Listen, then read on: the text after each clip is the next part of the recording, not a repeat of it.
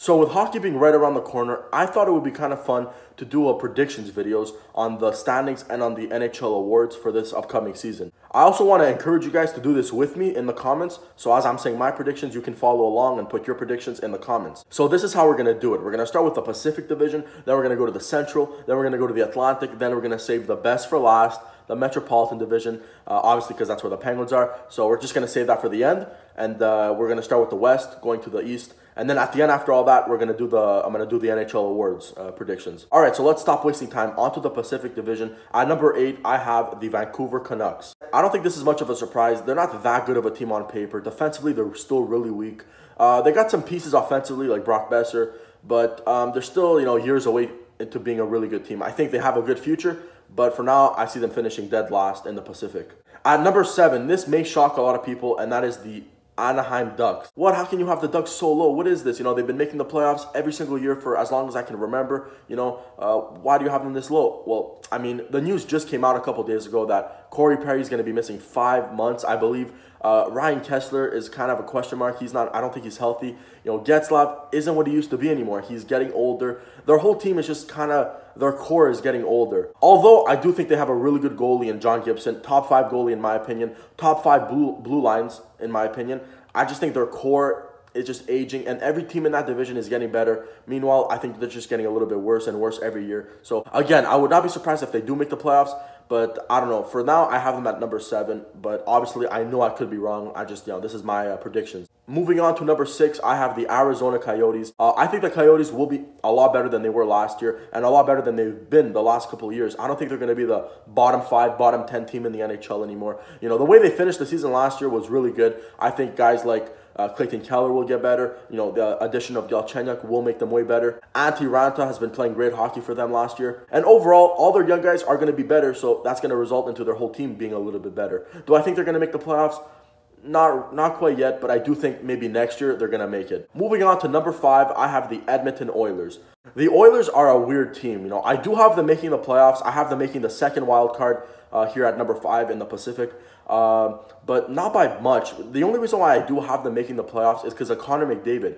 I think he's going to have a great year, even better. I think he's going to take this team on his back. I think guys like Draisaitl should be better. Cam Talbot should have a better year. So I do think they're going to make the playoffs, but barely squeeze in, and that's going to be because of Connor McDavid. Coming in at number 4, I have the Calgary Flames. Calgary is a team that should have made the playoffs last year, but their goaltending is just inconsistent. Again, I think that might hurt them this year, but they did get better.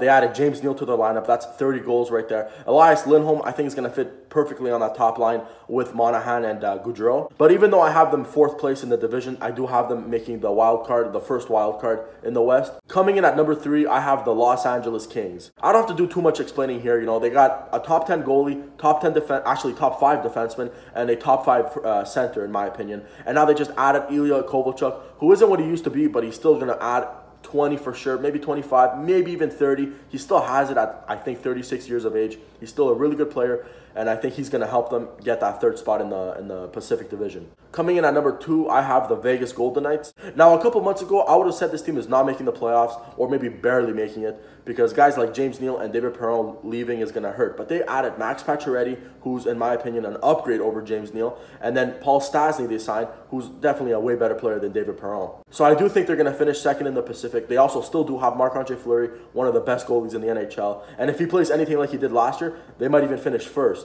All right, in 1st place in the Pacific Division, I have the San Jose Sharks. And now, I'm sure I'm not alone on this one. They're good enough to be 1st in the division by themselves without Karlsson. And now they just added the best defenseman in the NHL to their roster. I think they are for sure going to finish 1st unless there's any injuries. If there's no injuries, this team should be 1st place, maybe even President's Trophy. Now, moving on to the Central Division, at number 7, I have the Chicago Blackhawks. Now, a lot may disagree with me, but I think this is just the end of Chicago. We've seen them win 3-6.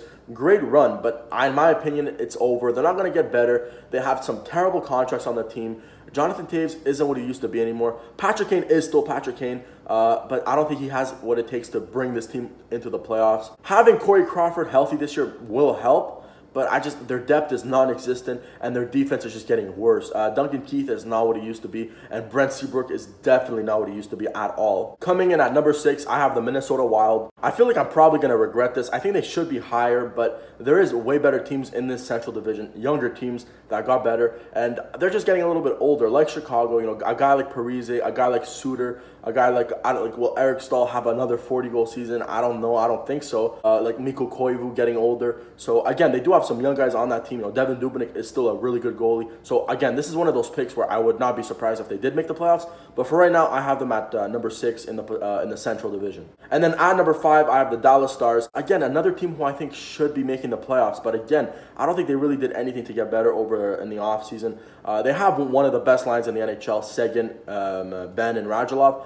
I think they should split those guys up because they don't have any depth. You know, a guy like Jason Spezza is not what he used to be. Defensively, they're still weak. Klingberg is great, but other than that, really weak.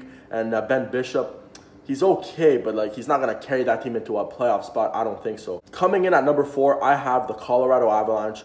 Now, this is one of the toughest ones because I don't have them making the playoffs, and it was between the Oilers and the Colorado Avalanche. And my gut is telling me that Colorado will make it. They have the better team than the Oilers, but the Oilers have Connor McDavid. And I feel like Connor McDavid is on a mission this year to make the playoffs. So that's why I gave them the edge. But I would not be surprised if the Oilers don't make the playoffs again this year and Colorado gets that wild card spot. Now moving at number 3, and here's where the Central gets really tough. We have the St. Louis Blues. The Blues had one of the best off seasons in the NHL this year. They added Tyler Bozak and Ryan O'Reilly, a solid third and second line center. They still have Vladimir Tarasenko, who is one of the best snipers in the NHL. They still have, Robbie Fabry, who I think will be healthy this year, and that's a big addition to their top 6. Defensively, they're still really good. And again, the question mark is Jake Allen. He needs to be more consistent. Now coming at number 2, we have the Nashville Predators. I don't have to waste too much time here. They have one of the best goalie tandems in the NHL, one of the best defensive cores in the NHL, and then one of the best forward cores in the NHL. They should make it far in the playoffs, but the one thing they should worry about is the Winnipeg Jets again, and that moves into our number 1 spot in the Central, and that is the Winnipeg Jets. The Winnipeg Jets, in my opinion, got better, and I know they didn't add anybody. If anything, they got worse because they lost Paul Stastny, but they got better because Patrick Laine, he's going to be a year older, a year better. Mark Scheifele is going to be better. Nikolai Ehlers is going to be better. Their young defensive core like Josh Morrissey, he's going to be better. Trouba is going to be better. So all their young guys that were already elite players are going to be even better. And they still have one of the best goalies in the NHL in Connor Hellebuyck. And I think this team not only will be scary for this year, but they'll be scary for years to come with that young core of players they have. All right, so that's the Western Conference. Let me know if you guys agree with me. Give me your predictions in the comments. And now let's move on to the East with the Atlantic Division. Coming in at number 8 is, no surprise, Ottawa Senators. I don't think I need to waste time here. I mean, they just lost Erik Karlsson. They already didn't make the playoffs with Erik Karlsson last year. Their goaltending is probably one of the worst in the NHL. Defensively, they're probably the worst in the NHL without Karlsson. Coming in at number 7, I have the Detroit Red Wings. I think same here with the Red Wings. They have no goaltending. Defense is really bad. Really bad contracts too. Offensively, they have Dylan Larkin. I don't know if Philip Zadina will play. If he does, that will definitely help. They just lost Zetterberg, who hurts not only on the ice, but in the locker room too. So if I'm a Red Wings fan, I really wouldn't worry. They had a great draft, and they have some good prospects coming up, including a guy like Philip Zadina. Coming in at number 6, I have the Montreal Canadiens. Honestly, I think I've been kind of generous with the Montreal Canadiens here. I don't know if a guy like Carey Price has what it takes to carry this team. He couldn't carry them last year, and they're going to be even worse this year. They don't have Shea Weber till like Christmas, and already that defensive core with Shea Weber is terrible. Offensively, I think they got worse with Galchenyuk leaving and bringing in Domi. Domi's not a center. I hear they're going to put him at center. Coming in at number 5, I have the Buffalo Sabres. I think Buffalo is finally going to get out of the basement of the NHL with the additions of Rasmus Dahlin, Jack Eichel, a year older, Jeff Skinner, Connor Sheary, our guy, Matt Hunwick, who I think won't play, but who's their goalie? I think Carter Hutton, who again I think is a question mark. We have to see how he performs. I don't have them making the playoffs, but I have them just barely being in that area, barely making it, and I think that's where next year they come in, and maybe they are one of the top 3 teams in the Atlantic Division. Now coming in at number 4 in the Atlantic, I have the Florida Panthers. If this team plays the way they finished the season last year, they may even crack the top 3 in the Atlantic because they were that good, and they just added a 30-goal scorer to their lineup without touching anything of their roster. They still have Barkov, who will be better, and in my opinion, he's probably one of the most underrated players in the NHL. Trocheck, another underrated player. Huberdeau, all these guys, they have a really good defensive core, and Ekblad. Luongo is still a little bit of a question mark because he is like, 38, 39, but I mean, he's not showing signs of slowing down, and if he does, they do have a solid backup in James Reimer, so I think they will make the playoffs. I have them getting the first wildcard spot. And as for number 3 in the Atlantic, I have the Boston Bruins. The Bruins are the Bruins. They still have Patrice Bergeron, Pastrnak, and Marchand, one of the best first lines in the whole NHL. DeBrusque will get better. Charlie McAvoy. They have Torrey Krug, really good. Zdeno Chara, who's not slowing down. They got a pretty good defensive core, and Tuukka Rask, one of the best goalies in the NHL, maybe top 10. He certainly proved that last year. And coming at number 2, we have the Toronto Maple Leafs. No question, Toronto is going to be one of the best teams in the NHL this year, and that's all because of this addition that they added in July without touching anything of the roster, and that is, of course, Tyler Ennis. Not just joking, obviously, John Tavares is who I'm talking about. The addition of John Tavares definitely makes Toronto's offense one of the best, definitely makes their center core one of the best. Not better than the Penguins, though, of course. We all know this. But let's move on to who's first in the Atlantic, and I think it's no surprise here, the Tampa Bay Lightning. The Lightning have a top 3 goalie in the NHL. They have the second best defenseman in the NHL, along with another pretty good defensive core. And they have one of the best wingers and one of the best centers, again, and one of the best forward groups. Some great young players. Braden Point is crazy. I think this is the year. I'm going to call it if they don't play the Penguins, of course, and the Penguins are out. I think they will, win the Cup. I don't know, because there's this whole thing where, they can't get out of the third round now. Although they're like the Capitals. They can't get out of the third round, but they just made the Stanley Cup Finals, like, just right before the Penguins went back-to-back. They made the finals. So I think that's kind of a stupid thing to say. I think eventually they will win a cup. They have that team where they can start a dynasty. I would not be surprised if they, win back-to-back or 2 and 3. But they got to focus on winning one first. All right, this is turning into a long video. Hopefully you guys are still here with me. Let's move on to the best division in the NHL. That's right, best for last, Metropolitan Division. At number 8, I have the New York Islanders. Poor Islanders, man. I don't think this is much of a surprise. They just lost John Tavares. Terrible defense still. Robin Lehner, I think, could help the goaltending, but let me tell you, it was never the goaltending the problem. Halak and Greiss last year were facing 40, 50 shots a game. It was the defense. They were doing well. I watched a lot of Islanders games last year because, I like watching Barzal, really good player. But that's not the problem. The goaltending is not the problem. They need to fix that defense. At number 7, I have the other New York team, and that is the Rangers. Despite having them second last in this division, I think the Rangers are in perfect position. Just last year, they announced that they're going to be rebuilding, and they're already almost done their rebuild. They've done their rebuild perfectly fine. They might be a good team in 2 years again, and usually rebuilds should take longer than 2-3 years. The way they've been doing the rebuild, one of the best. I hope the Penguins do their rebuild like this because they're going to be back on top, being a winning team in no less than 2 years, maybe 3. All right, on to number 6, I have the New Jersey Devils. If I do have any Devils fans watching me, they're probably really pissed at this. But, hear me out. They didn't get really better. They barely made it last year, and that was because Taylor Hall had to carry this team. Does he still have that type of season in him? Obviously, they have some young guys that will be getting better, like Nico Hischier and a bunch of other young guys. Coming at number 5, I have the Carolina Hurricanes. I think the Hurricanes had a great offseason, adding Dougie Hamilton, which in my opinion is an upgrade over Noah Hanifin. Svechnikov, the second overall pick, he's going to be great this year. I think he's going to play. I wouldn't be surprised if he gets 30, maybe 25 goals. But again, offense is still an issue, though, even though they did add Svechnikov. He's still only going to be a rookie, so how much can you ask for him? I do think they're going to be a better team. I think they're barely going to make the playoffs. Coming in at number 4, I have the Columbus Blue Jackets. Their 2 top players pretty much are UFAs at the end of this year, so that's going to be distracting away from the ultimate goal, which is to make the playoffs and then win the cup. I think they're going to be thinking about those 2 guys, signing them long-term, and if they don't, then they're going to have to trade them, and that's where they obviously get worse, and a team like Carolina or Buffalo can sneak in and get that final wild card spot. Coming in at number 3, I have the Philadelphia Flyers. They were here last year, and they definitely got better. First of all, by adding James Van Riemsdyk to the team. That's 25, maybe 30 goals right there. And guys like Nolan Patrick will be getting better because he's going to be getting older. Guys like Ivan Provorov and Shane Gostisbehere. But their bottom 4 is really weak still.